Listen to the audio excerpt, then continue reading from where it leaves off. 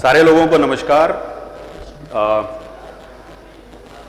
मेरा ये जो छोटा सा प्रेजेंटेशन है या जो मैं बात कह रहा हूँ, इसका मैंने शीर्षक दिया है समाचार, नवाचार और विचार। तो ये नाम क्यों है, वहाँ से मैं शुरू करता हूँ। समाचार जैसा कि आप समझते हैं न्यूज़, नवाचार हम लोगों की भाषा में नवाचार या इनोवेशन, आइडिएशन, मतलब खबर के साथ कुछ अलग करना। और तीसरा विचार, जो आप जानते ही हैं, जो आप लोग सारे लोग ट्विटर पे 2 लाइन लिखते हैं वो भी विचार, और कोई एडिटर, कोई संपादकीय लिखता है वो भी। तो समाचार, नवाचार और विचार रीडर को फिर से कैसे कनेक्ट करें, उसको लेके मेरी कुछ बात है कि रीडर के साथ, पाठक के साथ, व्यूअर के साथ जो हमारा कनेक्ट है, जो हमारा जुड़ाव है, उसको कैसे रीडिफाइन करें, उसको कैसे नए सिरे से परिभाषित करें, कैसे उसके साथ बात करें। तो ये बेसिकली ये छोटा सा प्रेजेंटेशन है, और मैं कोशिश करूंगा कि इतना छोटा हो कि पीछे से वो स्लाइड लाके बताए नहीं कि 2 मिनट में खत्म करना है। आप सारे लोग जानते हैं कि ब्रेकिंग न्यूज अभी बहुत संकट में है।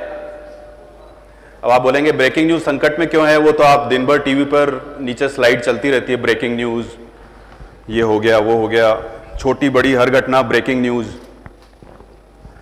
ब्रेकिंग न्यूज खतरे में इसलिए है कि वो पहले हम जैसे समाचार माध्यम है, कोई टीवी है या अखबार है, हम लोग उसकी अथॉरिटी हुआ करते थे, ब्रेकिंग न्यूज देने के लिए हम लोग जाने जाते थे। अब वो ब्रेकिंग न्यूज कौन दे रहा है, ये सवाल है। तो सबसे पहले ब्रेकिंग न्यूज दे रहा है आम आदमी, जिसको ईश्वर ने एक डिवाइस दिया है जिसका नाम है मोबाइल। तो सबसे बड़ा पत्रकार आज के दौर में है तो वो 8 अरब लोग जो पृथ्वी पे इधर से उधर विचरण कर रहे हैं, और जहां कुछ घटता है वो उसको तत्काल ब्रॉडकास्ट करते हैं या पोस्ट करते हैं या आप तक भेजते हैं। तो आज ब्रेकिंग न्यूज सबसे ज्यादा अगर किसी के हाथ में है तो वो आम आदमी के हाथ में है। जयपुर में कोई हादसा हो जाता है, कोई घटना हो जाती है, तो सबसे पहले हमारे ऑफिस के 15-20 जर्नलिस्ट उसको कवर करें या उसको रिपोर्ट करें, उससे पहले कोई ना कोई आम आदमी उसको अपने मोबाइल पे कैप्चर करेगा और फेसबुक पे डालेगा या ट्विटर पे भेजेगा या जो भी।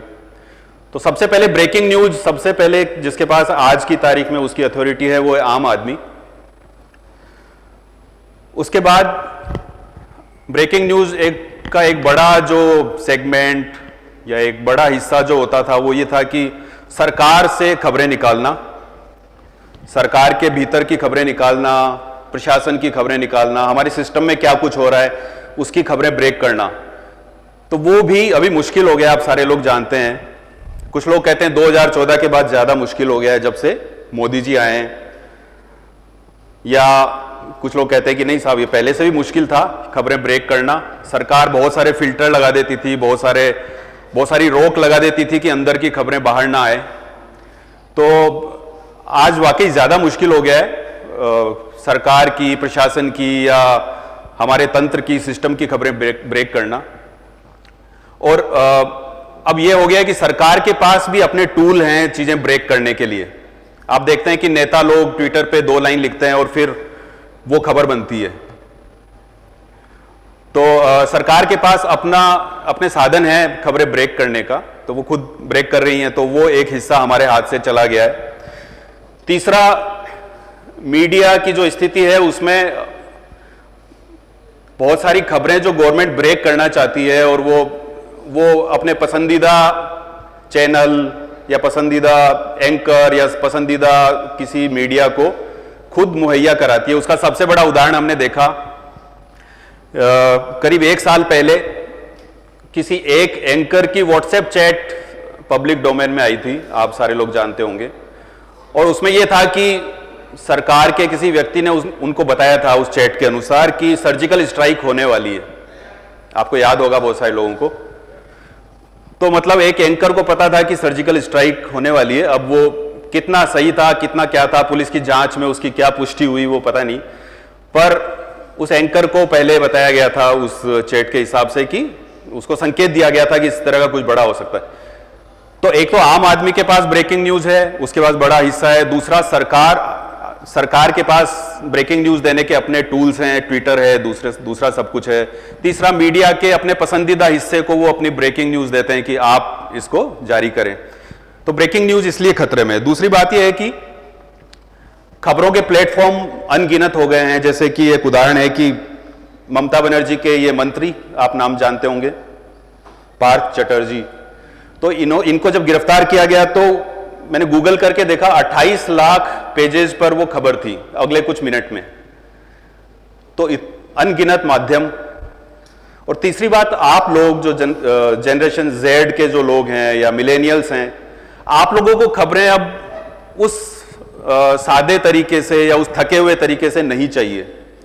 आप लोगों में से पता नहीं कितने लोगों ने नेटफ्लिक्स पे वो रणवीर सिंह का वो शो देखा, ग्रिल्स के साथ, वो क्या है, मैन वर्सेस वाइल्ड, वो एक शो था और नेटफ्लिक्स पे वो आया था, एक सिंगल एपिसोड था। तो उसमें रणवीर सिंह जब किसी पहाड़ पे होते हैं और उन्हें दूसरी पहाड़ पे जाना होता है, दूसरी चोटी पे जाना होता है, तो वो दर्शकों से पूछते हैं कि आप बताइए ऑप्शन ए या ऑप्शन बी, मैं जिप से जाऊं या नीचे उतर के चल के जाऊं। तो उन्होंने, नेटफ्लिक्स ने उस शो को इंटरेक्टिव बना दिया। अब मेरे पास ऑप्शन है, मैं रिमोट से उसको कह सकता हूं कि आप जिप के सहारे जाइए या नीचे से जाइए। तो ये जो हमारी नई पीढ़ी है वो उसके सूचना माध्यम, उसका एक्सपोजर इन चीजों से है। अब उसको मैं अगर थके हुए तरीके से अखबार में या टीवी में खबर देता हूं और मैं मान के चलता हूं कि ये उस खबर को उस तरह से रिसीव करेगा, तो मैं बहुत गलत हूं। फिर इसलिए इस चीज की आवश्यकता पड़ी, समाचार, नवाचार और विचार। मतलब न्यूज तो है, लेकिन आपको उसके साथ कोई एक्सपेरिमेंट करना पड़ेगा, आपको उसके साथ कोई प्रयोग करना पड़ेगा, इसलिए इस चीज की आवश्यकता पड़ी। अब ये जो नवाचार है वो दुनिया में अलग अलग तरह से हो रहा है। टीवी अपनी तरह से कर रहा है। जैसे टीवी में टीवी क्योंकि सबसे लोकप्रिय माध्यम है, इसलिए उसकी बात आती है, भले हम अखबार के लोग हैं। जैसे हम अखबार में हम बात करते हैं न्यूज रूम में कि ये जो घटना घटी है उसका 360 डिग्री एंगल चाहिए। मेरे बहुत सारे साथी यहां बैठे हैं, हम लोग एक आम बोलचाल में कहते हैं हमें 360 डिग्री इसका कवरेज चाहिए। टेलीविजन उसको अलग तरह से लेता है। यूक्रेन में एक रिपोर्टर को आपने देखा होगा, हिंदुस्तान की एक रिपोर्टर वहां कवरेज के लिए गई और वो 360 डिग्री घूम घूम के रिपोर्टिंग कर रही थी। याद नहीं है आप लोगों को? वो पूरा 360 डिग्री घूम के और अलग नाटकीय तरीके से खबर प्रस्तुत कर रही थी।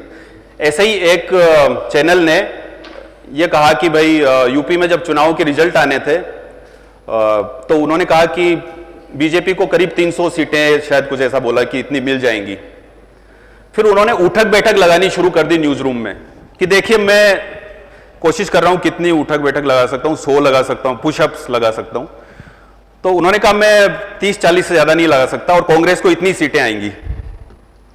तो टीवी का नवाचार वो भी है और हो सकता है अच्छी चीजें भी, अच्छी तरीके से भी नवाचार कर रहे होंगे, इनोवेशन कर रहे होंगे।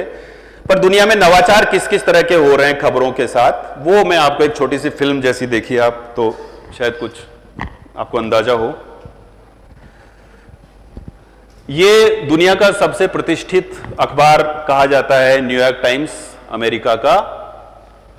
कोविड में बहुत सारी मौतें हो रही थी और त्रासदी थी।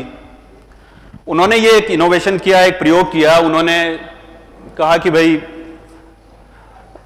किसी भी व्यक्ति की मौत, चाहे वो एक सामान्य घर का व्यक्ति हो या कोई नेता हो, कोई बड़ा आदमी हो, हर एक मौत जो है किसी परिवार के लिए टूट जाने वाली बात है। तो उन्होंने सिर्फ ये किया कि करीब 1000 लोगों के नाम और वो कौन है और किस चीज के लिए जाने जाते हैं वगैरह करके उन्होंने पूरे फ्रंट पेज पर सिर्फ इन लोगों के नाम छापे। तो ये एक तरह का इनोवेशन था जो बहुत सराहा गया। आज भी आप ट्विटर पे जब न्यूयॉर्क टाइम्स टाइप करेंगे तो शायद सबसे पहले फ्रंट पेज ये निकल के आएगा। ये एक प्रयोग था छोटा सा कि आप राजस्थान के सारे लोग हैं और एक चीज से बड़े पीड़ित रहते होंगे कि कोई भी परीक्षा जब होती है तो उसमें पहला काम सरकार ये करती है कि इंटरनेट बंद कर दो। परीक्षा में नकल हम नहीं रोक सकते, इसलिए इंटरनेट बंद कर दो, बड़ा आसान रास्ता है। और वो लोग ये करते हैं। उनको पता नहीं है कि आज की तारीख में कितने सारे ट्रांजैक्शन, कितनी सारी चीजें सब इंटरनेट से चल रही हैं और वो आसानी से इंटरनेट बंद कर देते हैं और आराम से चैन से बैठ जाते हैं। अब नकल होती है नहीं होती है। तो ये एक प्रयोग ऐसा था कि क्योंकि इंटरनेट नहीं चल रहा, तो ये डोटासरा जी की एक मीटिंग थी और पूनिया जी का एक कार्यक्रम था, तो हमने कहा कि आपका फोटो भी डाउनलोड नहीं हो रहा, नेट बंद है। तो ये एक छोटा सा नवाचार या इनोवेशन जो भी आप बोलें। ये देखिए, मैं दैनिक भास्कर में हूं तो इसलिए बहुत सारे उदाहरण उसके आएंगे, पर मैंने कोशिश की है कि सभी तरह के मीडिया के एग्जाम्पल हो। भीलवाड़ा में जो आप जानते हैं टेक्सटाइल सिटी है, तो उन लोगों ने पूरा अखबार जो है वो कपड़े पर निकाला। तो ये दुनिया में पहली बार हुआ, इसको बहुत सारे अवार्ड मिले, पर ये एक अलग तरह का इनोवेशन था। कोविड में बहुत सारी चीजें हमारी आंखों के सामने आई, बहुत सारे उसके प्रतीक हमने देखे। एक प्रतीक था पीपीई किट, जिसको पहन के डॉक्टर दिन भर रहते थे और उस समय एसी भी बंद कर लिया जाता था, कहते थे कि भाई हवा में वो ज्यादा फैलता है वगैरह। तो पीपीई किट में दिन भर रहना किसी डॉक्टर का वो कैसा उनको महसूस होता होगा, गर्मी में, पसीने में और दिन भर काम करना। तो ये एक छोटा सा इनोवेशन ये था, नवाचार ये था कि एक रिपोर्टर ने, जो हेल्थ रिपोर्टर है, उन्होंने दिन भर पीपीई किट पहन के अपना काम किया। शायद वो उस चीज को समझ पाई कि भाई कितना मुश्किल होता है, और वो शायद अपनी खबर में, अपनी कॉपी में उसको दर्शा पाई। ये एक फोटोग्राफ्स जरूरी होते हैं हर खबर में, और हम लोग हमेशा कोशिश करते हैं कि अलग तरह का फोटो क्या हो सकता है। तो ये बजट था राजस्थान का, और उसमें बाकी सारी घोषणाओं के अलावा मुख्यमंत्री अशोक गहलोत जी ने कहा कि हम लोग 56 इंच का नहीं 60 इंच का सीना रखते हैं। अशोक जी का क्या है, वो मोदी जी से ज्यादा तुलनाएं करते हैं आजकल अपनी, बजाय किसी अन्य भाजपा के नेता के, और हैं भी क्योंकि कांग्रेस के सबसे बड़े क्षत्रपों में से एक हैं और दिग्गज नेता हैं। तो उन्होंने कहा 56 इंच का नहीं, हम 60 इंच का सीना रखते हैं। तो हमने बजाय उनका नॉर्मल फोटो लगाने के, उनके जो टेलर थे जो उनके लिए सूट सिलते थे हमेशा, उनसे ये फोटो लिया था। ये एक इनोवेशन है इंडियन एक्सप्रेस का। हमारी महिला हॉकी टीम, क्योंकि हॉकी में हम गर्त पे जा चुके थे और फिर अचानक कुछ आशा की किरण दिखनी शुरू हुई, और हमारी मेंस हॉकी टीम ने और हमारे महिलाओं की टीम ने कुछ अचीवमेंट हासिल किए। तो इंडियन एक्सप्रेस ने बजाय सामान्य शीर्षक लगाने के, हेडलाइन लगाने के, हेडलाइन में सारे खिलाड़ियों के नाम लिखे कि भाई आज का शीर्षक यही है। तो ये मेरी नज़र में एक बहुत अच्छा इनोवेशन था, जिसमें वो जो सेंस ऑफ प्राइड का जो फील आना चाहिए वो है, और ये जो खिलाड़ी हैं इनको जो रिकॉग्निशन मिलना चाहिए वो आप देख पा रहे हैं।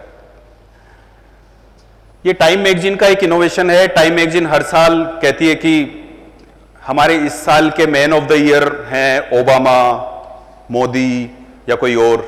ये न्यूयॉर्क टाइम्स हर साल एक विशेषांक इस तरह का जारी करता है। ये वो साल था जब पूरी दुनिया में उथल पुथल मची हुई थी और कुछ भी ठीक नहीं चल रहा था। टाइम मैगजीन ने कहा इस साल के हमारे मैन ऑफ द ईयर या पर्सन ऑफ द ईयर हैं आप, और उन्होंने एक कवर पे एक दर्पण जैसा, एक मिरर जैसा, शीशे जैसा एक लगाया, जिसमें आप अपनी शक्ल देख सकते हैं। तो ये इनोवेशन बहुत ही अलग और आउट ऑफ द बॉक्स जिसको बोल सकते हैं, वो सोच वाला। उदयपुर में कांग्रेस का चिंतन शिविर था, और वहां कहा गया कि भाई फैमिली मेंबर्स को टिकट नहीं मिलेंगे, लेकिन कांग्रेस में फैमिली तो अनिवार्य चीज है, और उसमें लेकिन उन्होंने अंदर ही अंदर तय कर लिया कि एक परिवार है जिस पे ये लागू नहीं होगा। लेकिन इसमें इनोवेशन इसके आगे है। इनोवेशन ये है कि अशोक गहलोत अब ट्रेन से उतर रहे थे, ट्रेन से ये सारे लोग आ रहे थे, अशोक गहलोत नहीं, राहुल गांधी। तो ट्रेन से उतर रहे थे और ट्रेन के इस डिब्बे पे लिखा हुआ था रिजर्वेशन। तो ये एक छोटा सा इनोवेशन था।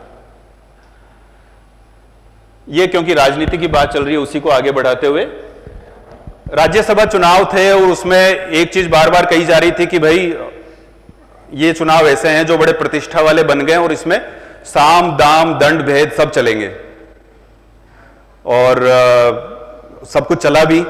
लेकिन अंततः क्या चला? अंततः चला अशोक गहलोत फैक्टर।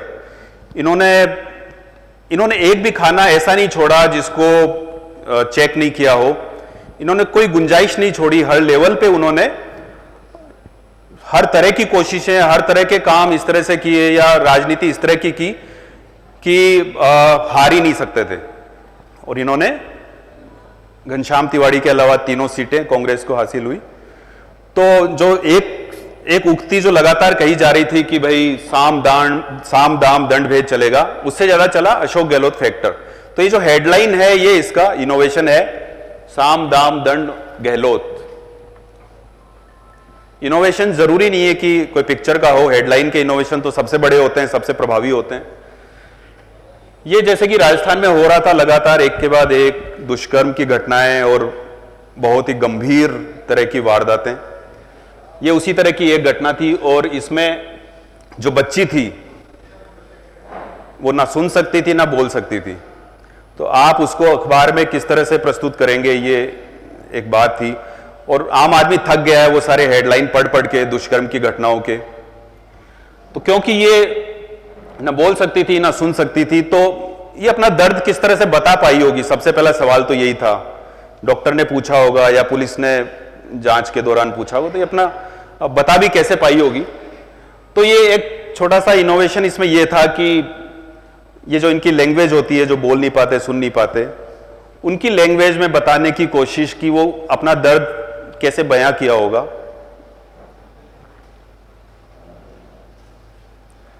देखिए, बहुत सारे इनोवेशन या हमारे बहुत सारे हेडलाइन उन सारी चीजों से निकलते हैं जो हम लोग रोजमर्रा में देखते हैं, सुनते हैं, बात करते हैं।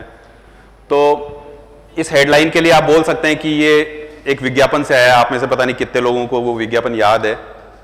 एक कोई कार कंपनी का एड था जिसमें उस कार की साइज को थोड़ा सा बड़ा किया था और उन्होंने विज्ञापन में कहा था ये कार नहीं है, ये कार है। तो जो हमारी सरकार थी वो सरकार नहीं थी, सरकार थी, क्योंकि इस मंत्रिमंडल में इन्होंने इतने लोगों को समाने की कोशिश की और मंत्रिमंडल के अलावा जो दूसरे पद होते हैं वो देकर उन्होंने इतना लंबा अपना कुनबा बना लिया था कि उसके लिए कोई भी हेडलाइन छोटा पड़ता, ये भी शायद थोड़ा छोटा होगा, पर सरकार थी ये। तो ये इस तरह का एक इनोवेशन था। सबसे अच्छे इनोवेशन हेडलाइन के होते हैं, क्योंकि एक अखबार के पास या एक टीवी के पास अपनी जो सबसे बड़ी, जो एक तरह से कह सकते हैं संपत्ति, जिसमें वो सीधा रीडर से कनेक्ट होते हैं, वो उसका हेडलाइन।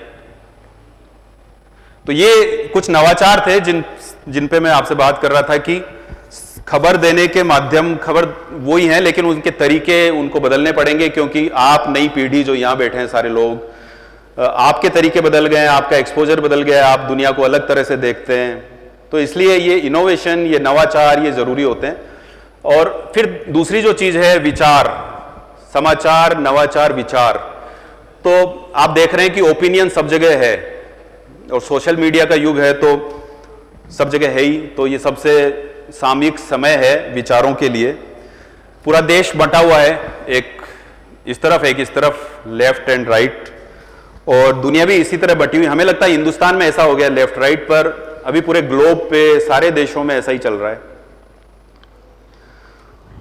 हर व्यक्ति विचार व्यक्त करना चाहता है, उसका उस विषय पे रिसर्च हो ना हो, उसको जानकारी हो ना हो, पर जल्दी में उसको ओपिनियन देना होता है। तो विचार अभी दुनिया में हावी हैं और आप कह सकते हैं कि बहुत सारी जगह एक तरफा विचार हैं, एक तरफा चीजें चलती हैं, लेकिन फिर भी विचार आज के दौर में सबसे ज्यादा सामयिक हैं। ये कुछ उदाहरण हैं उसके। ये एक स्टोरी, ये विचार क्यों है तो एक खबर, लेकिन आप देख रहे हैं कि ये कोई संपादकीय जैसा नहीं लिखा हुआ है, इसमें कोई टिप्पणी नहीं लिखी हुई है, फिर भी मैं इसे विचार क्यों कह रहा हूं। इसको विचार इसलिए कह रहा हूं कि वर्षों बाद पहली बार हमारी राष्ट्रपति जो हैं वो आदिवासी तबके से आती हैं, और हम राष्ट्रपति को क्या कहते हैं, प्रथम नागरिक, देश के प्रथम नागरिक। तो वो जो आदिवासी तबका है जहां से आई हैं, उस तबके की स्थिति क्या है, वहां पे जो बाकी जो महिलाएं हैं ये यहां तक आ गई, लेकिन बाकी महिलाओं की स्थिति क्या है? तो उसको तलाशने के लिए, उसको जानने के लिए हम लोग पहुंचे पहाड़ों पर। महेंद्र जो फोटो खींच रहे हैं वो हैं, बकुल बैठी हैं, वो गए थे। और उन आदिवासी क्षेत्रों में जब हम गए तो हमने देखा कि आज भी वहां पर ऐसी ऐसी चीजें चल रही हैं जिससे आपको लगेगा कि ये 18वीं सदी में हम लोग जी रहे हैं। मतलब वहां महिला को बेच दिया जाता है, 2-2 बार शादी कर ली जाती है, 3 बार खरीद के, मतलब लड़की को खरीद लिया, शादी कर ली। एक जैसे खून के बदले खून, एक वहां एक परंपरा है कि अगर किसी परिवार, किसी व्यक्ति को आप पे आरोप है कि आपने फला फला व्यक्ति की हत्या कर दी या फला व्यक्ति का गलत कर दिया, तो आपके परिवार में भी कोई पुरुष जिंदा नहीं रहेगा। ये एक ऐसी परंपरा है। तो वो ऐसे कई परिवार पुरुष विहीन हो गए वहां पे। आनंद जी बैठे हैं, इन्होंने बहुत सारी स्टोरीज की है वहां पे। तो पुरुष विहीन हो गए और वहां आपको दिखेगा कि 3-3 पीढ़ी की महिलाएं सिर्फ वहां बैठी हैं, वहां उस परिवार में हैं। तो ऐसी परंपराएं वहां चल रही है। तो ये एक तरह का विचार है कि जब वो प्रथम नागरिक आज हमारे देश की एक महिला है, आदिवासी महिला है, तो ये जो अंतिम नागरिक है उसकी क्या दशा है। तो ये एक तरह का विचार है जो आप न्यूज की तरह देख रहे हैं, खबर की तरह देख रहे हैं। ये भी कोई संपादकीय नहीं है। आपको लगता होगा कि भाई विचार का मतलब तो ये हो गया कि एक एडिटर है जो फ्रंट पेज पर बड़ा सा एक कॉलम लिखता है या एडिट पेज पर लिखता है। तो ये ऐसा नहीं है, लेकिन ये भी एक विचार है। ये विचार ये है कि उदयपुर में जब कन्हैया लाल की हत्या हुई, गला काट दिया गया, तो हमारा इंटेलिजेंस पूरी तरह से फेल, उससे पहले करौली में फेल हो गया, जोधपुर में फेल हो गया, और फिर अंततः उदयपुर में ये इतनी बड़ी घटना जो शायद पूरे देश में पहली बार इस तरह से तालिबानी तरीके से। तो इंटेलिजेंस फेल हो गया, तब आप उस पर कोई कुछ नहीं कर रहा है, और उसके एक हफ्ते बाद एक एक करके नेताओं का तांता इनके घर लग जाता है। एक के बाद एक नेता उनके घर आते हैं और संवेदना व्यक्त कर रहे हैं। विचार ये था इसमें एक तरह से संपादकीय ये था कि आप जिन लोगों के घर इस तरह से बैठने जाते हैं या संवेदना व्यक्त करने जाते हैं, क्या वो सिर्फ एक ट्विटर के फोटो के लिए जाते हैं या आपको वाकई उनके साथ कोई भावनात्मक, कोई आप उनकी पीड़ा को महसूस कर रहे हैं? क्या आप जीवन भर उनके साथ चलने वाले हैं? क्या कभी उदयपुर से कन्हैया का बच्चा जब अशोक जी को फोन करेगा तो क्या वो फोन उठाएंगे 5 साल बाद भी? क्या वो सुनेंगे कि तुम्हारी पीड़ा क्या है, परिवार को क्या दिक्कत है या क्या? ऐसा होता है क्या? तो ऐसा इसकी जांच करने के लिए हमने अलग अलग जगह, जहां पहले इसी तरह से नेताओं का तांता लगा था और ट्विटर पे फोटो आए थे, वहां हमारे साथी गए तो पता चला उनको पूछा तक नहीं उन्होंने। आप जाके आए, फोटो खिंचवाया, उसके बाद किसी के घर खाना पहुंचना बंद हो गया। जैसे एक अस्पताल में हमारे यहाँ एक इंजीनियर भर्ती थे, तो एक नेता ने उनके यहाँ जाके, एक मंत्री ने जाके कहा कि तुम्हारे यहाँ रोज का खाना मैं पहुंचाऊंगा, तो पता चला वो खाना पहुंचना बंद हो गया। किसी को नौकरी देने का वादा किया था, उसको नौकरी नहीं मिली, वगैरह वगैरह। तो ये एक तरह का विचार था कि आप सिर्फ फोटो के लिए उनके वहां जाते हैं, संवेदना व्यक्त करते हैं, या वाकई आपको कोई कंसर्न है, कोई पीड़ा है। ये वही घटना उदयपुर वाली, जिस दिन ये घटना हुई शाम को, जब भी कुछ बड़ा घटता है तो हमारे न्यूज रूम में, क्योंकि आप लोग जानना चाहते हैं कि न्यूज रूम का क्या तरीका रहता है, वहां क्या माहौल रहता है, कुछ बड़ा घटता है तो हमारे न्यूज रूम में एक तरह का थ्रिल, एक तरह का रोमांच सा हो जाता है, बातचीत बढ़ जाती है, गहमा गहमी बढ़ जाती है, लोग अपने विचार व्यक्त करना शुरू कर देते हैं। हमें इस खबर में ये करना चाहिए, इसमें फोटो ऐसा करना चाहिए, फला व्यक्ति से बात करना चाहिए, वगैरह वगैरह। ये जब घटना घटी तो मेरे बहुत सारे साथी यहां बैठे हैं।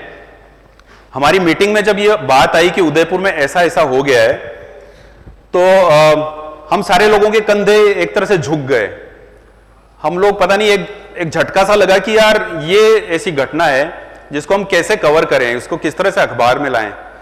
हम इस विधा में इतने पारंगत हो गए हैं कि कोई कैबिनेट की मीटिंग है तो हमें पता है उसको कैसे लाना है, कोई बड़ा क्राइम घट गया है हमें पता है कैसे लाना है। पर ये इस तरह की रेयर घटना थी जिसको हम तय नहीं कर पाए कि इसको कैसे अखबार में लाएंगे। हम सारे लोग ऐसे महसूस कर रहे थे कि अब इसको रिपोर्ट भी क्यों करना, हमें लगा कि क्या इसको अखबार में लिखना भी चाहिए क्या। इवन जब हम इसको अखबार में ला रहे थे तो यह भी सोचा है कि क्या आज भी हम हमेशा की तरह सद्भाव बनाए रखें, या आपस में सौहार्द रखें वगैरह वगैरह, ऐसा कोई ज्ञान भी अखबार में देना है कि हमें लगा वो देना भी बेमानी है, वो भी लिखना बड़ा अजीब है। तो एनीवे जब हम इसको फिर हमने अखबार में इसको कवर किया तो ये जो हेडलाइन है यही इसका विचार है। ये कैसे विचार है, ये जब घटना घट गई उसके बाद से आप देखिए सारे टीवी चैनल जुट गए इस काम में। हिंदू मुस्लिम ऐसा हो गया, एक तबके ने ऐसा कर दिया, उसने ऐसा कर दिया, कैसा हुआ वगैरह वगैरह। सबने पूरी कोशिश कर ली कि इससे वो खाइयां और गहरी हो जाएं। हमने कहा कि ये एक सामान्य मर्डर नहीं है, ये कोई हेट क्राइम नहीं है, ये असल में टेररिज्म है, ये आतंकवाद है। अगर सीरिया में किसी का गला इस तरह से काटा जाता है तो आप आतंकवाद कहते हैं ना, तो फिर इसको आप हेट क्राइम कह के उल्टा आप अगले दिन नफरत पैदा करने वाला माहौल क्यों पैदा करना चाहते हैं? तो ये बहुत ही पावरफुल इनोवेशन भी कह सकते हैं और इसको विचार भी कह सकते हैं। और आप देखिए कि इस हेडलाइन के छपने के अगले दिन पूरे देश में, पूरे राज्य में हर कोई इसको आतंकवाद बोलने लग गया।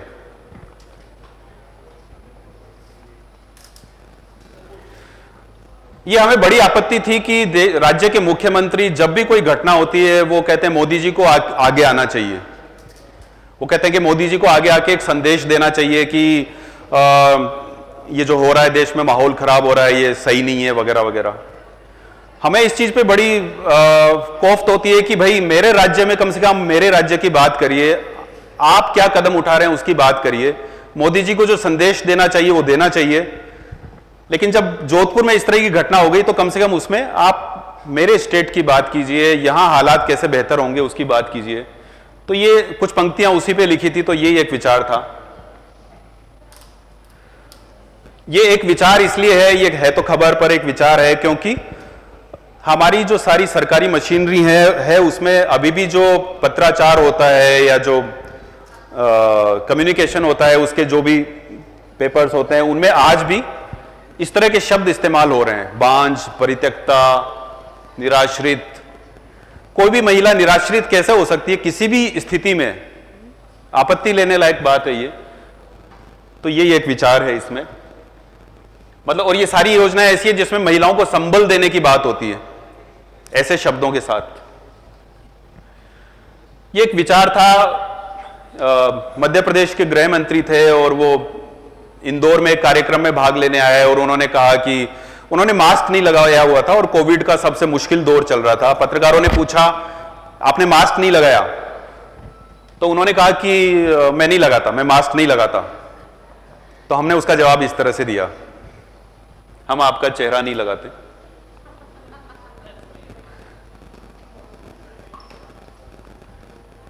ये एक विचार है। पीछे बैठे हैं सूरजजीत दादा, एक बार खड़े होइएगा, जिन्होंने ये बनाया है। कहां है? गायब है। सही समय पे अक्सर गायब हो जाते हैं। तो ये एक इनोवेशन भी है और एक विचार भी है। राज्यसभा चुनाव के दौरान, मत दिखाओ मुझे 2 मिनट वाला।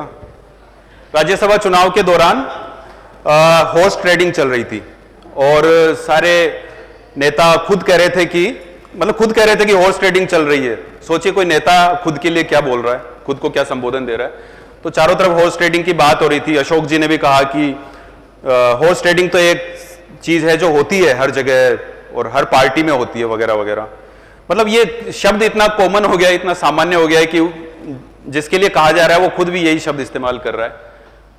तो ये विचार ये था कि एक दौर था जब वानर से मानव बना और मानव धीरे धीरे मानव ने प्रोग्रेस की, विकास किया। लेकिन अब वो दशा आ गई है कि उन मानवों में से, कुछ इंसानों में से कुछ लोग नेता बने और नेताओं में से कुछ लोग ये बने। हालांकि ये छपने के बाद बहुत सारे लोगों ने मुझे फोन किया और कहा कि आपने इनका प्रमोशन कर दिया, वो घोड़े नहीं गधे हैं असल में। तो ये एक बहुत ही पावरफुल इनोवेशन था। और ये एक इनोवेशन ऑस्ट्रेलिया के सारे अखबारों का था। ऑस्ट्रेलिया में एक कानून बना जिसके अनुसार आप हर जगह जाकर उस तरह से रिपोर्टिंग नहीं कर सकते और बहुत सारी रोक टोक आप पे लग गई। बहुत सारे पत्रकारों के साथ मारपीट की गई वहां पुलिस द्वारा वगैरह वगैरह। कुल मिला के ऑस्ट्रेलिया में हालात ऐसे बने कि आप जर्नलिज्म करना बड़ा मुश्किल है आपके लिए। तो वहां के सारे अखबारों ने मिलकर यह तय किया कि आज का फ्रंट पेज हम खाली छोड़ेंगे, इस तरह से, इसके विरोध में, इसका विरोध करते हुए कि पूरा का पूरा पन्ना हम लोग खाली छोड़ेंगे क्योंकि हमें रिपोर्टिंग करने नहीं दी जा रही, तो हम छापें क्या। तो ये एक तरह का विरोध था। इसी तरह का एक प्रयोग अमेरिका में भी हुआ था कि जब ट्रंप आए और ट्रंप ने ऐसी चीजें बोलनी शुरू की, करनी शुरू की जो देश विरोधी थी, तो वहां के करीब 300 अखबारों ने मिलकर ट्रंप के खिलाफ एक संपादकीय लिखा। यह दुनिया में पहली बार हुआ कि सारे अखबारों ने, जिसमें न्यूयॉर्क टाइम्स, यूएसए टुडे वगैरह वगैरह, सारे छोटे बड़े सभी प्रकाशनों ने मिलकर ट्रंप के खिलाफ एक संपादकीय लिखा था। इन्होंने पन्ना खाली छोड़ा इस तरह से। ये आखिरी स्लाइड है। ये सारे इनोवेशन देखने के बाद और सबसे आखिर वाला ये पेज जो खाली था वो देखने के बाद जो मुझे जो लगता है वो ये मेरी कुछ लाइनें हैं कि ये जो पन्ना जो पेज जो खाली छोड़ा गया था, ये एक तरह से विचार था, एक तरह से एक ओपिनियन था, एक विरोध था। और अगर आप देखें तो आज भारत में जो स्थितियां हैं उसको देख के हम लोग कह सकते हैं कि सेम चीज या यही का यही प्रयोग हम भारत में भी कर सकते हैं कि हम पन्ने खाली छोड़ दें। जर्नलिज्म तो करने दिया नहीं जा रहा, तो क्यों ना पेज खाली छोड़ दें या टीवी की स्क्रीन काली कर दें, जैसे एक साथी ने की थी। तो ये बहुत सामयिक हो सकता है, बहुत रिलेवेंट हो सकता है हमारे देश में। लेकिन पेज खाली छोड़ना या स्क्रीन काली करना सबसे आसान काम है। हमारे एडिटर थे और हमारे एक तरह से यहां बैठे बहुत सारे लोगों के मेंटर थे, कल्पेश याग्निक जी, वो कहते थे कि पेज खाली छोड़ना या जगह खाली छोड़ना सबसे आसान काम है, लेकिन पाठक ने, दर्शक ने मुझे दायित्व किस चीज का दिया है? जर्नलिज्म करने का दायित्व दिया है, और वो सबसे मुश्किल काम है। लेकिन मुझे दायित्व दिया है, मुझे जिम्मेदारी मिली है, तो वो करूं। खाली पेज तो कोई भी छोड़ सकता है। जर्नलिज्म करने के बहुत सारे जोखिम हैं, बहुत सारे खतरे हैं, लेकिन क्योंकि आप लोगों ने, क्योंकि आम लोगों ने हमें दायित्व जर्नलिज्म करने का दिया है, इसलिए वो करना चाहिए। और ये नवाचार, ये विचार उसी का एक हिस्सा है। तो बस मैं यहीं पे अपनी बात समाप्त करता हूं कि सामान्य तरीके से दी जा सकने वाली खबरों में आप जब तक कोई नवाचार, कोई इनोवेशन नहीं करेंगे, जब तक रीडर से उस तरह का कनेक्ट नहीं बन पाएगा। तो ये बेहद आवश्यक है। और विचार, क्योंकि आज के दौर में जब दुनिया बटी हुई है तो सबसे प्रासंगिक चीज है, विचार आपको लाने ही होंगे और आपका विचार दुनिया जानना ही चाहती है। अब मैं आपके प्रश्न जानना चाहता हूं, अगर कोई हो। Thank you. करना चाहिए और नए जनरेशन को नए तरीके से और नया न्यूज़ उनको चाहिए, तो वो एक चैलेंज बन जाता है। पर जो ये नया जनरेशन है, ये चाहता है चीज़ें on environment, on biodiversity, on climate change, ये सारे जो न्यूज़ है, ये टॉपिक्स है, वो न्यूज़ ऑलमोस्ट मीडिया में वॉइड है, मतलब है ही नहीं, बहुत कम तरीके से, और कोई मेन पन्ने में नहीं आते हैं। तो ये क्यों होता है और ये हम कैसे रिजॉल्व करें? क्योंकि नया जनरेशन बिल्कुल चाहता है कि क्लाइमेट चेंज पे बातें हो, चर्चा हो, या एनिमल राइट्स पे हो, फिर भी वो बहुत कम स्पेस दिया जाता है या दिया ही नहीं जाता है। तो वो कैसे करें? बहुत हद तक बात सही है। बहुत सारे ऐसे मुद्दे जो वाकई मेरी ज़िंदगी को या मेरे बच्चों की ज़िंदगी को बहुत प्रभावित करने वाले हैं, उनको उस तरह का स्पेस नहीं मिलता, ये बात सही है। लेकिन जब जब कोई इशू होता है, जब कोई बात होती है, इवन आप ही जब हमारे दफ्तर आए थे और आप कोई इशू बताया था आपने, तो हमने उसको कवर किया था। बहुत कोशिश होती है, लेकिन आपकी बात काफ़ी हद तक सही है कि मीडिया बहुत सारी बार इस तरह के इश्यूज़ को उस प्राथमिकता से नहीं ले पाता, लेना चाहिए। और जब कोई मुद्दा होता है तो जरूर हम लोग कोशिश करते हैं, पर कोशिश करेंगे कि इसको और ज़्यादा तरीके से हम एड्रेस कर पाएं, हम और बाकी सारा मीडिया। Thank you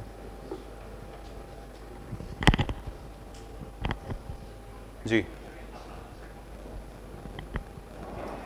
ji, my name is Surjeet Devna. ये इनका ही था वो जो मानव विकास का क्रम।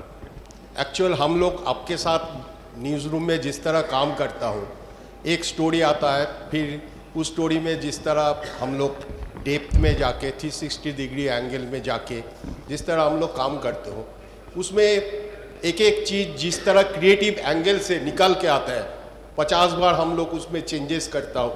जैसे ये आदि मानव वाला आज के दिन में बहुत ज़्यादा, मैंने बहुत जगह में ऐड देखा, उसके बाद सोशल मीडिया में बहुत जगह में यूज़ हो रहा है, लेकिन एक पॉइंट हम लोगों ने एक सामान्य चीज़ लेके बात चल रहे थे, उसमें हम लोगों ने एक ह्यूज ताकत के साथ एक काम किया था।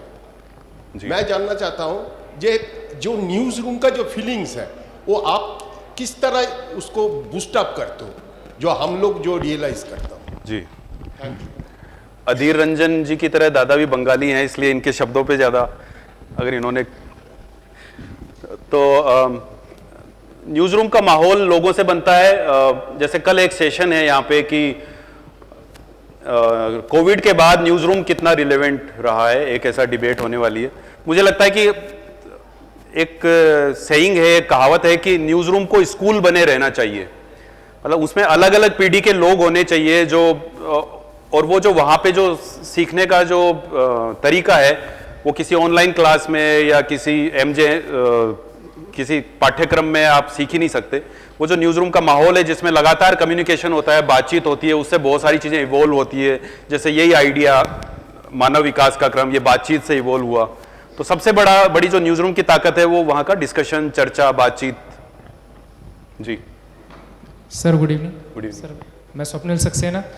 सर अभी आप जो कह रहे थे कि पुरानी और बासी तरीके से या जो भी पुराना जो तरीका था न्यूज़ रीडिंग का या अखबार में खबरें भेजने का, वो एक बासी तरीका था और उससे अब लोगों को कुछ नया चाहिए, जैसे कि आपने बताया 100 उठक बैठक वाली चीज़ें। तो सर क्या सिर्फ लोगों को कुछ नया चाहिए इसलिए अखबार अब कई बार एक डिस्क्लेमर देके विचलित कर देने वाली फोटोएं भी छापने लगे, कहाँ तक सही मानते हैं? और ये चीज़ मुकेश माथुर जी कहाँ तक सही मानते हैं? वो मुकेश माथुर जी जो पहले इंदौर में एडिटोरियल के बाद जिनका सेकंड नंबर पे एक अलग विचार का आता था और हम उस समय से उनको पढ़ते आ रहे हैं। ये बहुत सारे पाठकों की तरफ से आता है कि आप लिखते हैं कि तस्वीर विचलित करने वाली है लेकिन जानना जरूरी है। तो वो जो उसमें जो दूसरी जो लाइन लिखी है जानना जरूरी है, वही उसका सार है।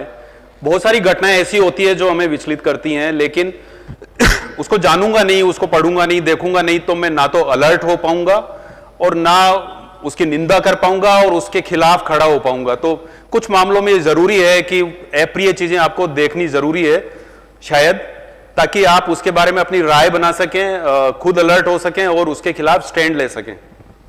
Thank you.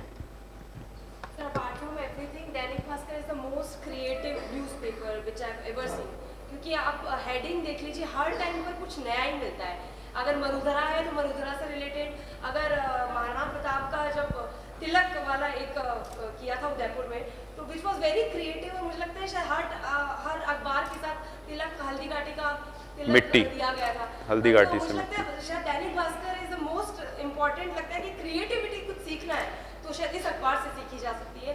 So thank you so much for providing such amazing content. Thank you. बहुत बहुत धन्यवाद। मैं मुकेश जी बहुत आभार व्यक्त करता हूं। मेरे इस सेशन में हमारे बीच देश के ख्यातनाम व्यंग्यकार संपत सरल जी है, मैं उन्हें बुलाऊंगा कि वो माथुर साहब को फ्रेम भेंट करके इस सेशन के लिए आभार व्यक्त करें।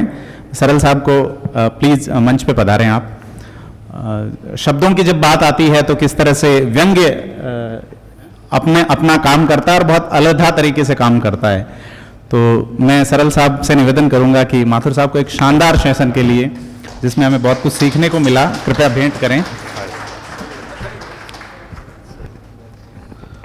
सर से तो बुलवाना चाहिए था। बहुत बहुत धन्यवाद।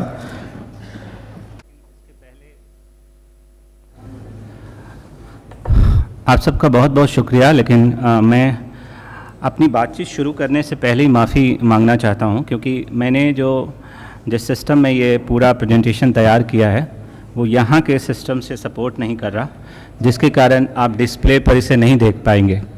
लेकिन मुझे पूरी उम्मीद है कि जो मैं कहना चाहता हूँ, जो बात मैं आपको बताना चाहता हूँ, वो आप तक पहुँच जाएंगी। मेरे पीछे बहुत सारे लोग खड़े हैं। यदि आप मेरी इस अपील को ज़रूरी समझे तो बैठ जाएं या फिर बाहर चले जाएं, क्योंकि टेलीविज़न में पहले से बहुत ज़्यादा शोर है और उस पर बातचीत के दौरान भी यदि शोर हो तो हम अपनी बात कह ही नहीं पाएंगे।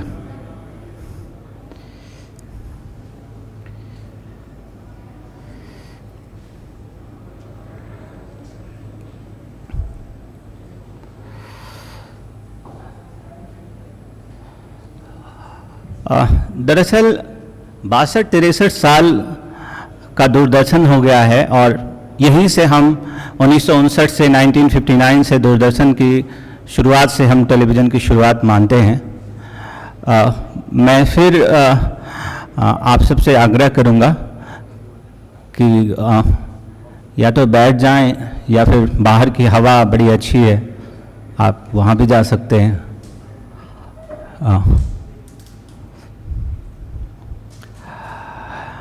तो 62-63 साल के टेलीविज़न के इस इतिहास की शुरुआत कहाँ से की जाए, कैसे की जाए, ये अपने आप में ही बहुत मुश्किल पेचीदा सवाल है।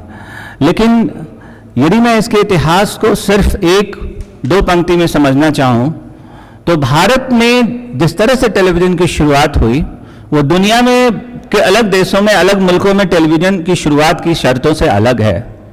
यूरोप में टेलीविज़न की शुरुआत मनोरंजन के लिए होती है या उसका विस्तार मनोरंजन के रूप में होता है, लेकिन भारत जैसे तीसरी दुनिया के देश में मनोरंजन के माध्यम के तौर पर टेलीविज़न की शुरुआत या उसका विस्तार नहीं किया जा सकता था। इसलिए एक पंक्ति में टेलीविज़न अगर भारत के संदर्भ में देखें तो ये हमारे लोकतांत्रिक पूरी प्रक्रिया जो है, जो डेमोक्रेटिक प्रोजेक्ट है, परियोजना है, उसका हिस्सा रहा है। मैं इसके बहुत विस्तार में नहीं जाना चाहता, मैं सिर्फ और सिर्फ टेलीविज़न से थोड़ा पीछे जाना चाहता हूं और थोड़ा पीछे जाने के क्रम में 1936 का जो हमारा ऑल इंडिया रेडियो का सिग्नेचर ट्यून है उस पर आकर मैं बात करना चाहता हूं। 1936 में हॉफमैन नाम के एक व्यक्ति ने इस सिग्नेचर ट्यून को बनाया जिसका दूर दूर से भारत से कोई संबंध नहीं था, जिसका दूर दूर से भारतीय संगीत, शास्त्रीय संगीत से रिश्ता नहीं था। वो एक यहूदी रिफ्यूजी मुंबई आता है, बंबई आता है और वो पूरा सिग्नेचर ट्यून इस अंदाज में पेश करता है कि आपको सुनते हुए लगेगा कि यह बीना और सितार की आवाज है, जबकि वो शायद पूरी आवाज वायलिन की है। इसी जयपुर शहर से पीयूष पांडे आते हैं जो दूरदर्शन के लिए लिखते हैं, मिले सुर मेरा तुम्हारा तो सुर बने हमारा। 1984 में पहला टेलीविजन सीरियल शुरू होता है जिसका शीर्षक है हम लोग। एक के बाद एक यदि इस क्रम को समझने की कोशिश करें तो आप पाएंगे कि टेलीविजन के साथ हम लोग बहुत ही मजबूती से जुड़ा हुआ है और लगेगा कि जो भारतीय संविधान की प्रस्तावना है उसका एक रूप हमारे सामने है। टेलीविजन की पिछले 62-63 साल में क्या हालत हुई है, दूरदर्शन की क्या हालत हुई है, आप सबसे छुपा नहीं है। लेकिन आज भी आप प्रसार भारती की वेबसाइट पर जाएंगे और उसके जो 10 सूत्री उद्देश्य शामिल किए गए हैं, वो टेलीविजन आज भी इस देश के दर्शकों को नागरिक बनाने या नागरिक के तौर पर देखने की बात करता है। यानी कि जब हम टेलीविजन पर बात करते हैं तो हमारे दिमाग में यह बात बड़ी मजबूती से शामिल होनी चाहिए कि एक ऐसा माध्यम है जो कि नागरिक बनाए रखने या बेहतर नागरिक बनाने की कोशिश से जुड़ा हुआ है। लेकिन आप देखते हैं कि केवीसी 14 का प्रोमो आता है और वो प्रोमो बहुत साफ ढंग से बिना चैनल का नाम लिए हुए एक तरह से चेतावनी देता है और कहता है कि आप टेलीविजन पर जो कुछ भी देख रहे हैं उस पर भरोसा करने से आपका नुकसान हो सकता है। यानी कि टेलीविजन आपके लिए घातक और खतरनाक हो सकता है। ये इस बात की तरफ इशारा करता है कि दरअसल टेलीविजन का जो शक्ल हमारे सामने है वो खुद इस लोकतंत्र के खिलाफ जा रहा है, वो खुद इस नागरिक के खिलाफ जा रहा है। तो मेरी बातचीत यहीं से शुरू होती है। मैं ये सारे वीडियो क्लिप दिखाना चाह रहा था लेकिन ये स्थिति बनी नहीं। मैं सबसे पहले दूरदर्शन के एक कार्यक्रम का जिक्र करना चाहूंगा। 16 जुलाई 2016 की 2 टूक नाम से यह कार्यक्रम प्राइम टाइम टेलीविजन का फ्लैगशिप प्रोग्राम है दूरदर्शन का। और उस कार्यक्रम में वो लोग कुछ लोग बार बार दोहराया जाता है। 62-63 साल की यात्रा इस टेलीविजन से जब मैं गुजरता हूं तो ये हम भारत के लोग, मिले सुर मेरा तुम्हारा, ये कब वो कुछ लोग हो जाते हैं आपको पता ही नहीं चलता है। और ये बहुत दुर्भाग्यपूर्ण स्थिति है कि दूरदर्शन उसी पात में खड़ा नजर आता है जहां बाकी के निजी समाचार चैनल हैं। आपके दिमाग में पहला सवाल उठता है कि निजी समाचार चैनल ये सारा काम मुनाफा के लिए कर रहे हैं, लेकिन दूरदर्शन ये क्यों कर रहा है? दूरदर्शन हम लोग से वो कुछ लोग क्यों हो गया है? दूरदर्शन वी और अदर्स में क्यों बट गया है? और जब आप इस सिरे से टेलीविजन को समझने की कोशिश करेंगे तो आप पाएंगे कि हमारा टेलीविजन दुर्भाग्य से लोकतंत्र के खिलाफ खड़ा है। दूसरी बात ये कि ये फार्मूला बहुत आसान है और ये कोई भी व्यक्ति कह देता है कि टेलीविजन में जो कुछ भी दिखाया जा रहा है वो टीआरपी के लिए दिखाया जा रहा है। इस देश में 700 से ज्यादा चैनल हैं, बमुश्किल 100 चैनल होंगे जो टीआरपी की जो लिस्टिंग में शामिल हैं। बाकी के चैनलों को टीआरपी से कोई लेना देना नहीं है, लेकिन वो वही दिखा रहे हैं जो बाकी टीआरपी के चैनल दिखा रहे हैं। इसमें मैं एक बात जोड़ना चाहूंगा, जिसे आप देश का सर्वश्रेष्ठ चैनल कहते हैं, नंबर 1 चैनल कहते हैं, सबसे तेज चैनल कहते हैं। 2016 में बीबीसी और रॉयटर एक पोल कराता है और बीबीसी रॉयटर इस पोल को कराने के दौरान पाता है कि लोगों के बीच यह चैनल दूरदर्शन से भी 10% ज्यादा भरोसेमंद है। यानी कि मुनाफा बिजनेस कारोबार करते हुए कोई चैनल ज्यादा भरोसेमंद और विश्वसनीय हो सकता है। फिर आप सवाल करेंगे तो ऐसी कौन सी स्थिति बनती है कि एक एक करके सारे चैनल नागरिक और लोकतंत्र के खिलाफ चले जाते हैं? मैं यहाँ वीडियो क्लिप नहीं दिखा पा रहा हूं, लेकिन मैं कुछ संदर्भों को यहाँ शामिल करता हूं। लॉकडाउन के दौरान यही चैनल एक कार्यक्रम करता है शाम के समय कि बैठे बैठे क्या करें, करना है कुछ काम, शुरू करो अंतराक्षी। पूरा देश बंद है, करोड़ों लोगों को काम नहीं कर सकते, उनकी रोजी रोटी पर संकट आ गया है और प्राइम टाइम की एक एंकर अपने कोजी जोन में ड्राइंग रूम में बैठकर अंताक्षरी खेल रही है। खेलना चाहिए या नहीं खेलना चाहिए, मैं इस पर बात नहीं कर रहा हूं। सवाल यह है कि आपका इंक्लिनेशन, आपका झुकाव किस वर्ग की तरफ है? जिसके घर में अगले दिन क्या खाना बनेगा, आगे उसका जीवन कैसे चलेगा, यह सवाल है। वो चैनल अंताक्षरी खेल रहा है क्योंकि कोई काम नहीं है। क्यों काम नहीं है? इसलिए कि टेलीविजन ने बहुत सारे अपने काम को छोड़ दिया है। टेलीविजन ने बहुत सारे सवालों पर बात करना छोड़ दिया है। टेलीविजन जो रिपोर्टिंग करता रहा वो नैरेटिव पर शिफ्ट हो गया है और टेलीविजन नैरेटिव सेट करने का माध्यम बना है। और ये सब रातों रात नहीं हुआ है, इसकी एक लंबी प्रक्रिया है। मैं 2-3 इसके उदाहरण दूंगा। जी न्यूज़ जो चैनल आप देखते हैं, उनके जो चेयरमैन हैं, जो उसके फाउंडर हैं, उन्होंने एक किताब लिखी है जेड फैक्टर। उस किताब में वो बहुत साफ साफ कहते हैं कि मैं हांगकांग स्टार न्यूज़ के स्टूडियो में हूँ और मैं जानता हूँ कि मैं जो कर रहा हूँ वो गलत कर रहा हूँ, क्योंकि भारतीय कानून के अनुसार इस बात की इजाज़त नहीं है कि इस तरह से निजी प्रसारण शुरू किया जाए। लेकिन वो टेप पर स्वास्तिक बनाते हैं, शीश नवाते हैं और एक देश में चैनल, निजी चैनल शुरू हो जाता है।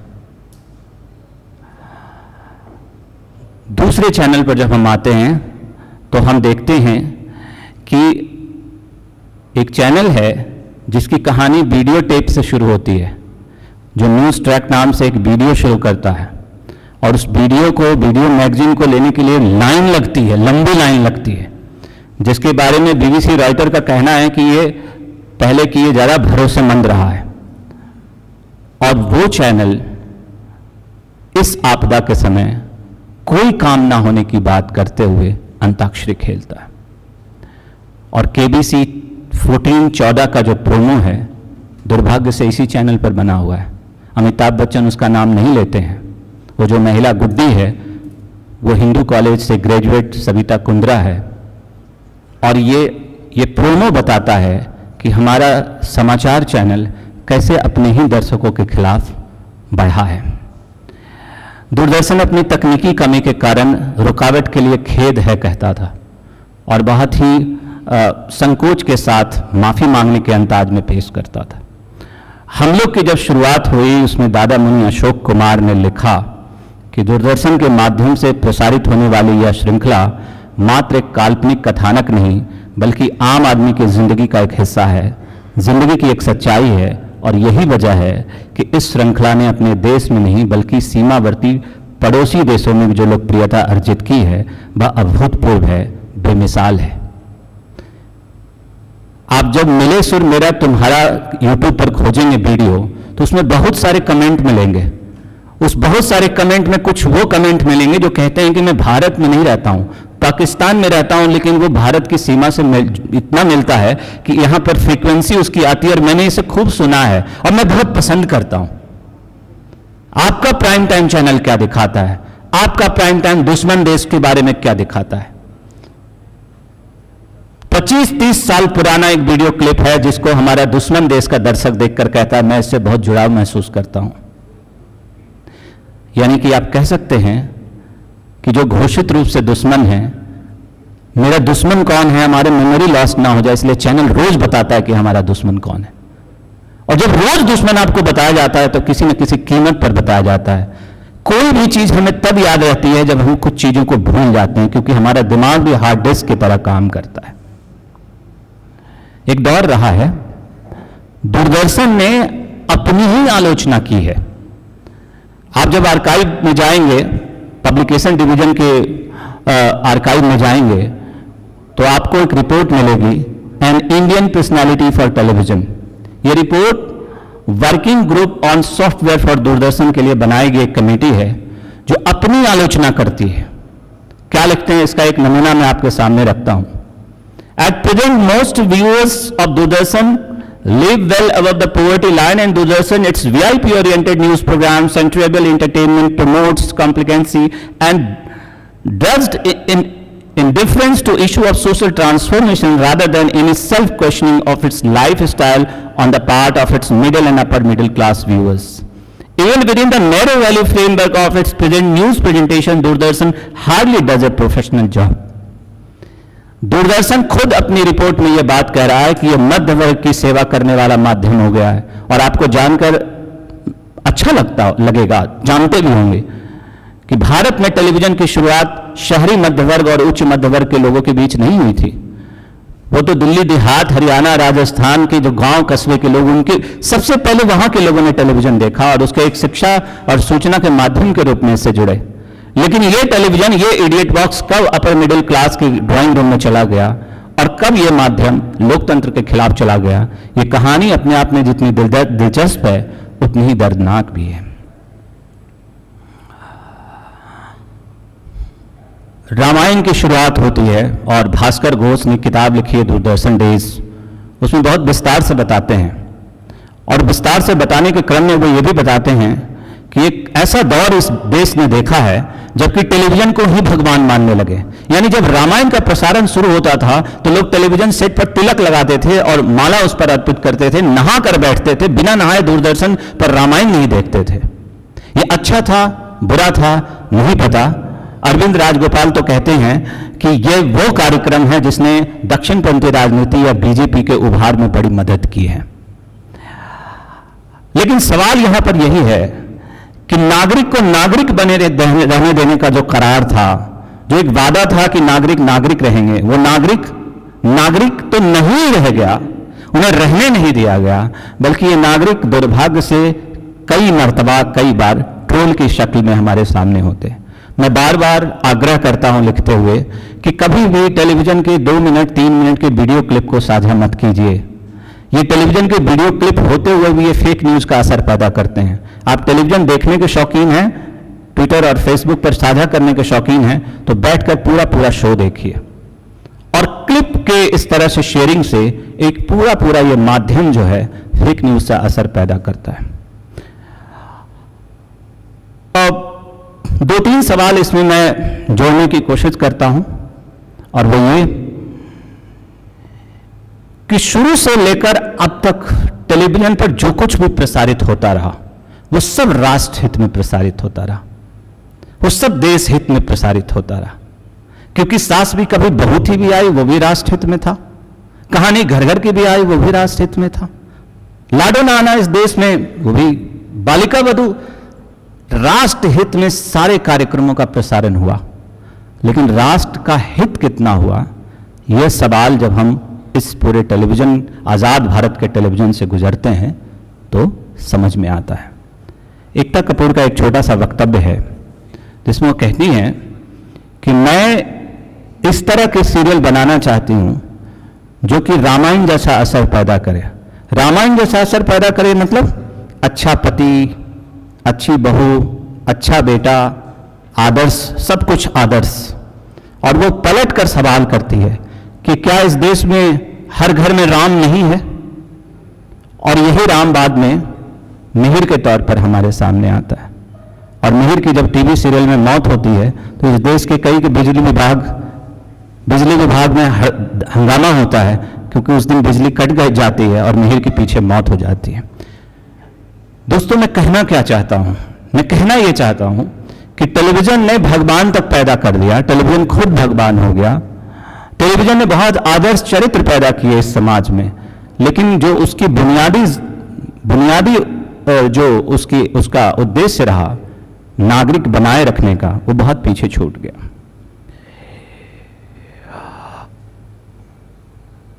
मेरे पास एक क्लिप है जिसको मैं दिखा नहीं पा रहा हूं यहां पर, और वो क्लिप है जिसको आप याद करेंगे। राम मंदिर बनने का फैसला आ गया है और रिपब्लिक टेलीविजन चैनल पर अर्नब गोस्वामी हैं, स्वामी रामदेव, बाबा रामदेव हैं, और स्वामी रामदेव, बाबा रामदेव अर्नब गोस्वामी को अपनी गोद में उठा लेते हैं। और उसके पहले वो हाथ पंजा मिलाते हैं, कौन ताकतवर है। इसको मैं डिकोड करता हूं तो मैं ये समझता हूं कि मीडिया ताकतवर है या कॉर्पोरेट या इंडस्ट्री ताकतवर है। आप उसके डिकोड करके भारतीय संस्कृति के दो अलग अलग पहलू के तौर पर देख सकते हैं। सवाल यह है कि जब भारत सरकार ने ही टेलीविजन को एक उद्योग के रूप में घोषित कर दिया है, जिसका पूरा इतिहास है, मैंने अपनी किताब मंडी में मीडिया में इस पर जिक्र किया है। जब भारत सरकार खुद मानती है कि टेलीविजन एक इंडस्ट्री है, उद्योग है, तो हम और आप क्यों इस मुगालते और गलतफहमी में रह जाते हैं कि ये राष्ट्र हित में चलाया जाने वाला या किया जाने वाला कोई माध्यम है। मैं इस साल के प्राइस वाटर कूपर सर्फिकी KPMG हर साल रिपोर्ट जारी करती है मीडिया एंड एंटरटेनमेंट इंडस्ट्री के नाम से, उसका एक हिस्सा पढ़ना चाहता हूं। After several years of rapid expansion, India's television advertisement market was hit by the COVID-19 recession in 2020, causing a 10.8% decline over the 2019 levels. This proved to be a temporary setback. With the country's return to economic growth in 2021, the segment grew 16.9% to Indian rupees 32 crores 374. The market will expand further at 6.3 to reach Indian rupees 43 crore 410 by 2026. At this time, India will be fifth largest TV advertisement market globally after the US, Japan, China and the UK. आप इस तरह की report और इस तरह की सामग्री से गुजरते हैं तो आपके दिमाग में जो सबसे मजबूती से जोरदार तरीके से जो एक शब्द आता है वो है बैलेंस शीट। और वो बैलेंस शीट पूरे टेलीविजन के रवैये को, इसके रुख को, इसके चरित्र को निर्धारित करता है।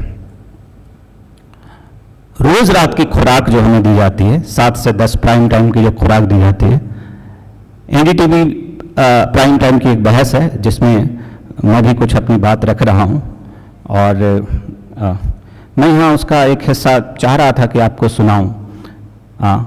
उसमें मैं बात ये कह रहा हूं कि दुर्भाग्य से उसी पब्लिक ब्रॉडकास्टिंग के तहत आने वाले चैनल ने कुछ लोगों को बार बार वो लोग करके दिखाया कि उनको सड़क पर चलना मुश्किल हो गया। और इंडियन एक्सप्रेस ने उस पर एक पूरी स्टोरी की, और इस बातचीत में मैं उसका हवाला देता हूं। और जब आप इस तरह की खबरों से गुजरते हैं तो आप पाते हैं कि दरअसल टेलीविजन एक इस तरह की फैक्ट्री पूरे देश में बैठा दी गई है जिसमें नागरिक को डाला जाता है और दंगाई की शक्ल उसे समाज में दे दिया जाता है। बहुत सॉफ्ट लगता है मुझे जब उसे मीडिया ट्रायल कहा जाता है। ये मीडिया ट्रायल है नहीं, ये मीडिया ट्रायल से ज़्यादा खतरनाक चीज़ है कि एक फैक्ट्री में एक मशीन के भीतर देश के नागरिक को डाला जाए और वो जब बाहर निकले तो उसे लाखों लोग नफरत करने लगे, लाखों लोग उसको मारने के लिए दौड़ जाएं, लाखों लोग उसकी लिंचिंग करें बिना ये जाने कि इसने किया क्या है। इसलिए मैं बार बार इस चीज को कहते हुए अफसोस के साथ दोहरा रहा हूं कि दरअसल ये लोकतंत्र के खिलाफ सक्रिय माध्यम हो चला है। एक दो बात इसमें और जोड़ दूं, फिर आपकी तरफ से जो सवाल आएंगे वो ये, रिया चक्रवर्ती मामले में अर्नब गोस्वामी ने ड्रग्स दो अपने शो में बार बार दोहराया।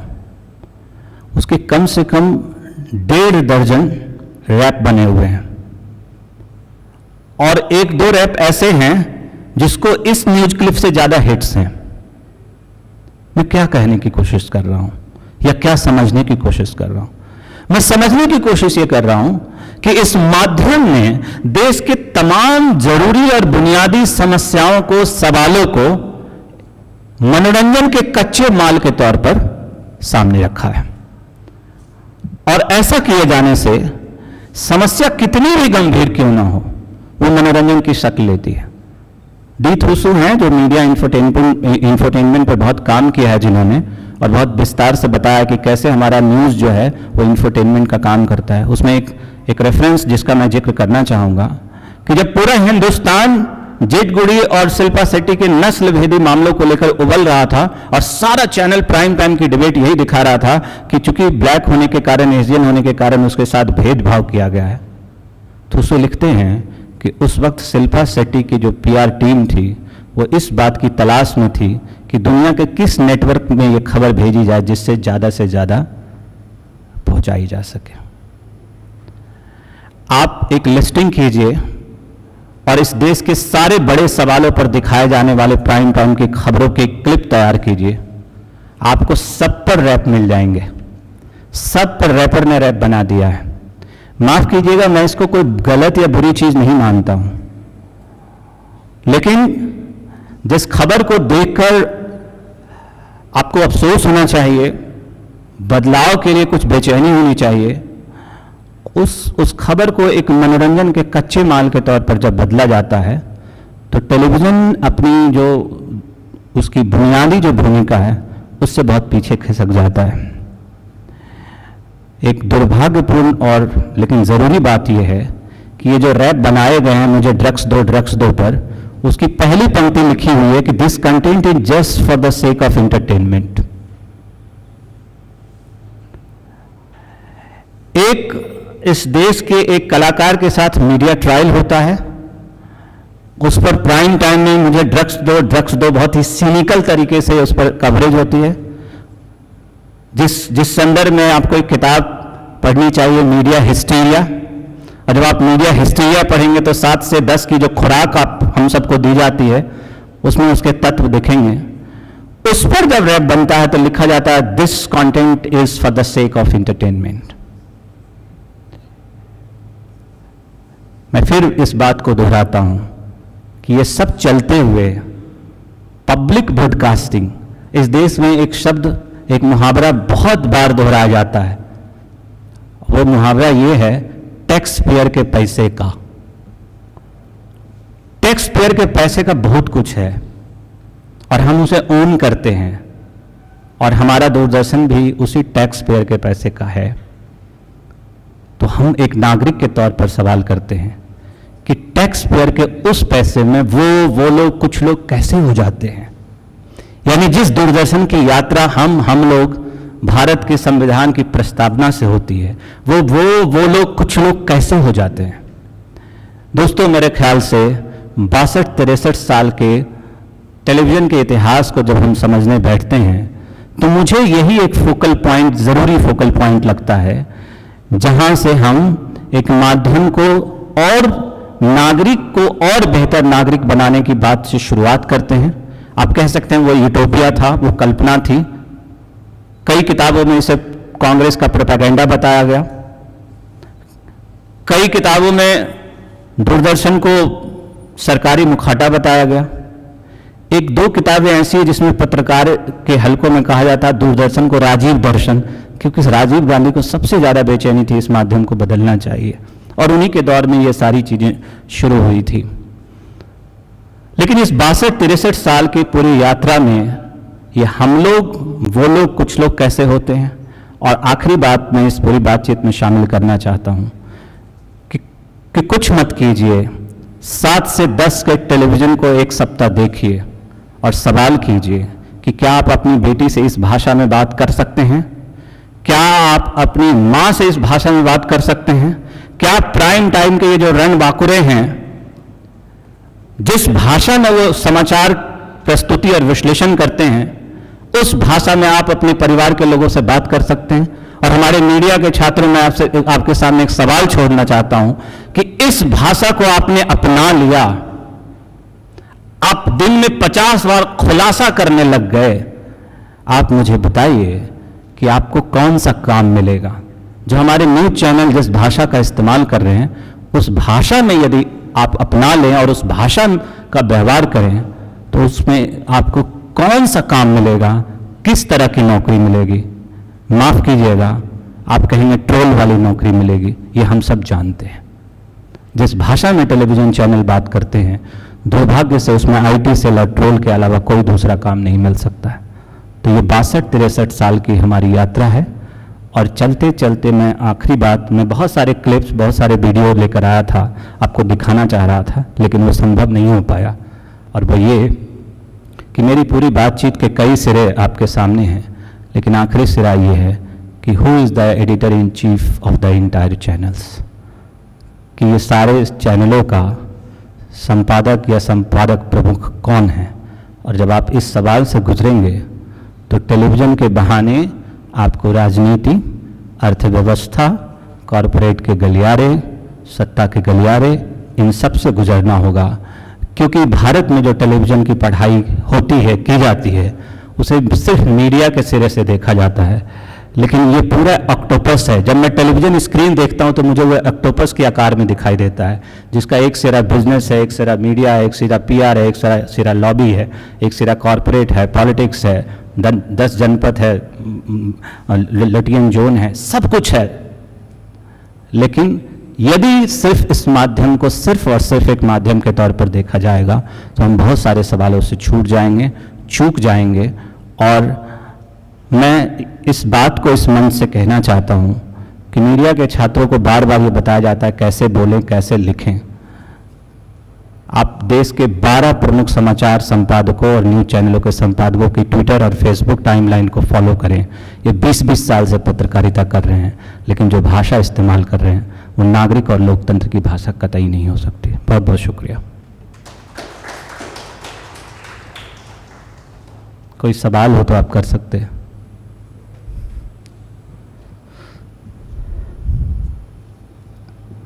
जी सर, मैं मीडिया का ही स्टूडेंट हूँ। जस्ट मैंने IMC से अपना डिप्लोमा कंप्लीट किया है। जी। मैं मीडिया में जाने वाला हूँ। सवाल मेरा सर ये है कि हम तमाम चीज़ें पढ़ते हैं, सुनते हैं, हमारे लिए होप क्या है? क्योंकि दिक्कत ये है कि मुझे शुरुआत अपनी मीडिया संस्थान से करनी पड़ेगी। मैं देखता हूँ कि जो मेरी आइडियोलॉजी है, जो मैं काम करना चाहता हूँ, वो मुझे एज अ फ्रीलांस के तौर पे स्टार्टिंग में तो नज़र नहीं आता है, और संस्थान में मुझे बिल्कुल नहीं दिखता है। जो आप बात कर रहे हैं कि हमने देखा है वो ड्रग्स दो, हर एक चैनलों का लगभग यही हाल है।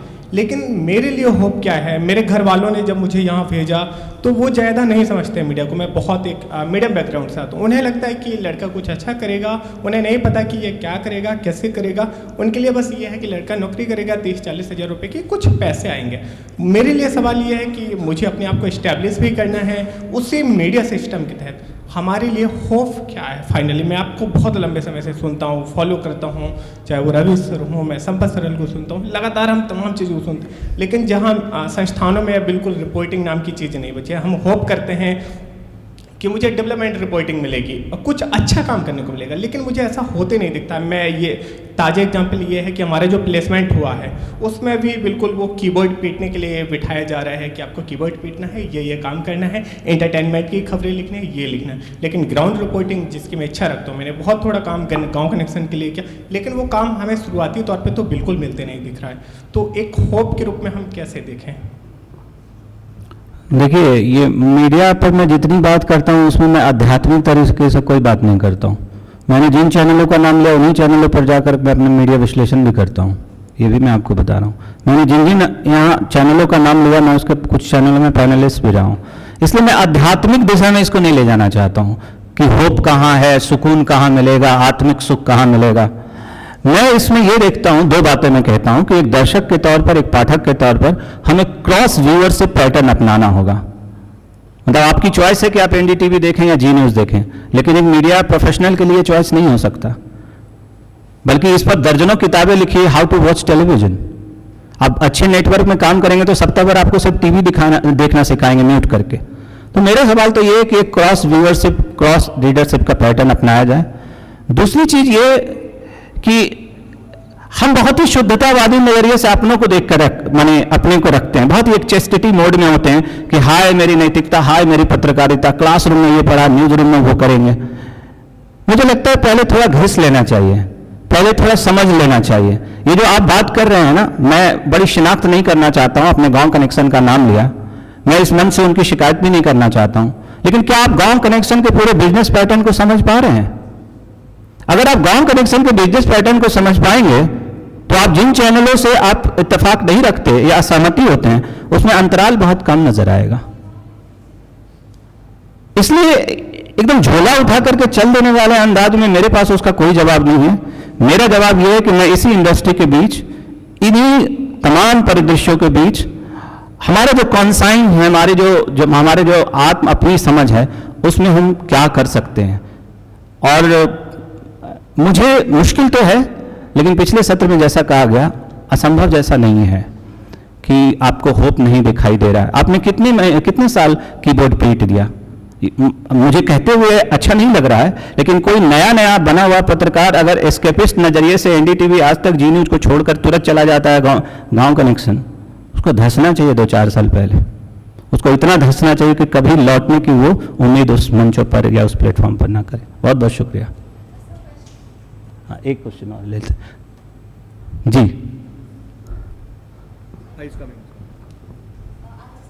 हाँ,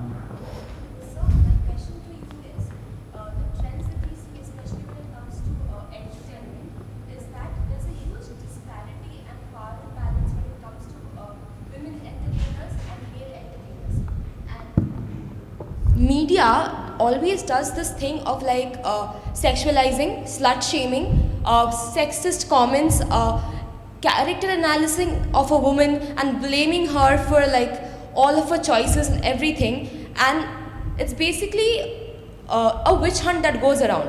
What we saw during Sushant Singh's case, during like his death, and what we saw during all of the things like Gehraiya, and how like Deepika was criticized for like just playing a role and being an excellent actor that she is.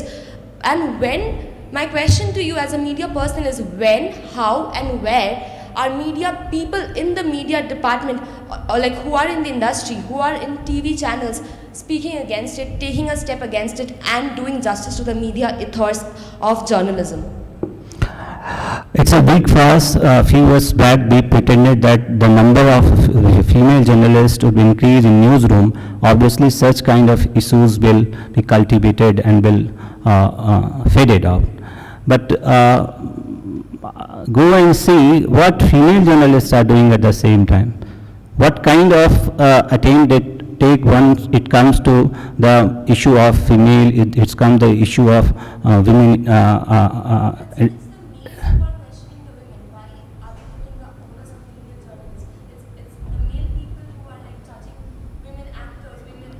Correct. I got your point. Yes, yes.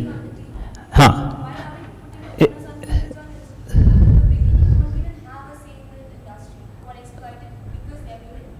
ऐसा इसलिए क्योंकि उनको एक बहुत बड़ी ओट या बहुत बड़ा एक बैकअप मिल जाता है जिसको हम कहते हैं संस्कृति। और ये महिलाएं कुछ भी उस खांचे से अलग करती है, उनकी संस्कृति तुरंत खतरे में पड़ जाती है। और जिसे हम संस्कृति कहते हैं वो दरअसल male dominated cultural norms and codes हैं, राइट। और इससे उन्हें बहुत संरक्षण मिलता है, बहुत प्रोटेक्शन मिलता है। तो संस्कृति एज ए होल जिसे हम कहते हैं उसमें फीमेल स्टेक दुर्भाग्य से बहुत कम है। और यही कारण है कि मैं इस सवाल को स्त्री और पुरुष के सवाल से तो बिल्कुल देखा जाना चाहिए, लेकिन आप नागरिक के सवाल से भी देखेंगे, the question in context to a citizen, आपको वो सारी चीजें वो उतनी ही गड़बड़ लगेगी। तो एक जो मैचो मैन वाला सप्रेस डिजायर है, वो 2-3 ऐसे प्रोफेशन हैं जिससे पूरे होते हुए दिखते हैं। I don't want to name them but journalism is one of them. और उनको एक ऐसा बैटल फील्ड मिल जाता है जो अपने पूरे मेल जो चॉइज्म है, जो लंपटता है, उसको प्रैक्टिस में लाने का उनको बेहतर मौका मिल जाता है। और इसलिए आप देखते होंगे, मैं एक छोटा सा सिर्फ उदाहरण लेकर बाइंड अप करूं, किसी भी बलात्कार यौन हिंसा की घटना पर आप कवरेज देखें, जो वॉल क्रोमा होता है, एक स्त्री होती है, सिर झुकाई होती है, घुटना मुड़ा हुआ होता है, शर्मसार होती है। भारत सरकार साफ साफ कहती है, भारत सरकार का मंत्रालय साफ साफ कहता है कि जिस स्त्री के साथ यौन हिंसा हुई है उसको शर्मसार होने की जरूरत नहीं है, जिसने किया उसे होना चाहिए। हमारे सारे चैनल उसे शर्मसार दिखाते हैं जिनके साथ यौन हिंसा हुई है। ये उनकी समझ। समय बहुत हो गया है और मैं गुजारिश करूंगा कि बाकी सवाल आप टाइमलाइन पे छोड़ दें या इस हैशटैग के साथ छोड़ दें। बहुत बहुत शुक्रिया और माफी, मैंने बहुत ज्यादा समय ले लिया।